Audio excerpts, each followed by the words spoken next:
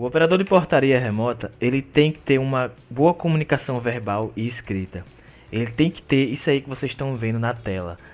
Ele tem que ter uma clareza na dicção, tom de voz adequado, capacidade de transmitir informações de forma concisa e compreensível e ouvir ativamente.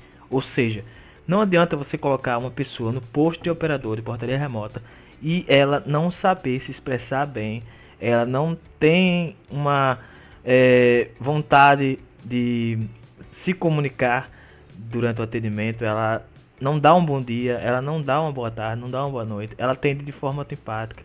Ou seja, tudo ela é, quando ela não tem essas características, ela não se encaixa nesse padrão que é preciso que o operador tenha, tá certo? Tanto como verbal e escrita, o operador ele tem que saber se comunicar de uma forma que a pessoa que esteja falando com ele na ligação entenda cada palavra que ele fala. E ele também tem que ouvir e entender cada palavra que a pessoa está falando. Se ele tem dificuldades em entender o que a outra pessoa está falando, ele tem que ter a proatividade, né? Ele tem que ir lá e perguntar: pode repetir, por favor? Não estou entendendo. Eu preciso, eu preciso que você me explique mais uma vez. Então, todo esse cuidado na comunicação, tanto verbal como escrita, tem que ter em um operador de portaria remota. Seja, prestem atenção no que eu vou falar agora. É muito importante que o operador de portaria remota tenha conhecimento em informática básica, porque ele precisa ter habilidade para usar computadores, navegadores, software de comunicação e ferramentas de escritório. Se ele não tiver isso aqui, vamos imaginar que ele saiba se comunicar bem, seja verbalmente ou por escrito, mas ele não tem conhecimento em informática básica. Ele não sabe usar um mouse, ele não sabe usar o teclado para digitar, ele não sabe conectar o headset, o fone no computador. O que ele vai fazer nessa função de operador de portaria remota? Nada, porque se chegar uma ligação para ele seja uma ligação sobre alguém pedindo para abrir o portão, ele não vai poder fazer isso porque ele não sabe utilizar o mouse para poder fazer a abertura do portão. Se ele precisar registrar a entrada de alguém, colocar o nome da pessoa, o CPF, o RG, ele não vai porque ele não tem experiência para digitar. E se ele não sabe mexer num headset, nas configurações do headset, ele não vai conseguir fazer atendimentos e nem receber. Então é necessário que o operador tenha conhecimento em informática básica para que ele possa fazer o seu trabalho. Se você não tem conhecimento em informática básica, por favor, vá atrás de conhecimento sobre o assunto para que você possa saber usar um computador. E, então essa é mais uma informação para a gente acrescentar no nosso assunto. Um bom operador, ele também tem que ter o raciocínio lógico e a capacidade analítica de avaliar rapidamente as informações visuais e auditivas para identificar padrões, anomalias e tomar decisões baseadas em dados. Ou seja, como é que eu posso explicar isso aqui para vocês? Vamos imaginar que você esteja atendendo um condomínio e nesse condomínio tem um morador querendo entrar. Você, após verificar o cadastro dele, você libera o portão para ele, só que ele não consegue entrar porque o portão não abriu.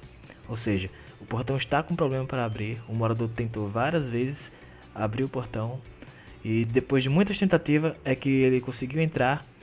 E você, depois que viu ele entrar, você não deixou o atendimento de lado, você continuou. Então é aqui que entra a questão do raciocínio lógico e a capacidade analítica da coisa. Você verificou que existe um problema no portão, então você continua o atendimento buscando saber como está o portão. Você precisa saber quem é que vai resolver o problema do portão, você precisa passar informação para quem resolve o problema do portão. E você não pode simplesmente ter encerrado o atendimento no momento que o morador entrou, porque você precisa, chegou um problema até você e você é o seu trabalho fazer com que aquele problema seja resolvido. Então, isso aqui é um exemplo do que a gente está falando aqui. O operador de portaria remota, ele deve ter conhecimento em protocolos de segurança e entender e aplicar os procedimentos de emergência e contingência e identificação de pessoas e veículos. Ou seja, em um sistema de portaria remota, se vocês, quando vocês forem ver, quando vocês estiverem operando, vocês vão ver que em questão de atendimentos que a gente precise ligar para um bombeiro, a gente vai ter o contato lá no sistema fácil dos bombeiros. Se a gente precisar ligar para a polícia, a gente vai ter fácil o contato da polícia. Se a gente receber uma ligação de um morador que está falando que tem uma movimentação estranha na frente do condomínio, a gente precisa seguir os protocolos que a empresa que você trabalha orientou. Você tem várias opções, você pode acionar a polícia, você pode chamar o rondecha para fazer uma ronda lá na frente do condomínio. Então assim, tudo relacionado ao protocolo de segurança, você precisa estar alinhado com o procedimento da empresa que você estará trabalhando de operador de portaria remota.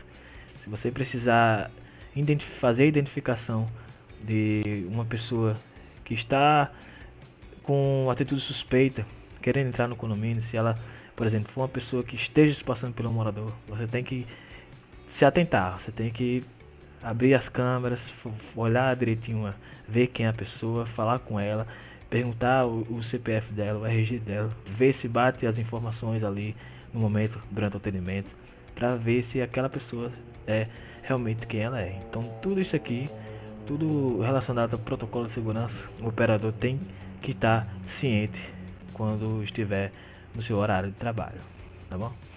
Então é isso. É de grande importância que o operador tenha uma boa memória visual e é essencial para reconhecer os rostos, veículos e placas e associá-los a permissões de acesso ou situações anteriores. Ou seja, se você está em um posto à noite e você libera um visitante num veículo preto da placa XXXX e na volta desse visitante, na saída no caso, ele fala que vai voltar, só que ele não tem cadastro no condomínio, só que o morador já deixou avisado para você que ele está liberado a entrar e sair quantas vezes ele quiser essa noite. Se você tiver uma boa memória, se você atender ele novamente, você vai atender ele despreocupado, porque você já atendeu ele antes, então para você vai ficar mais fácil na segunda vez que for atender ele. Então isso é muito importante também para um operador de portaria remota.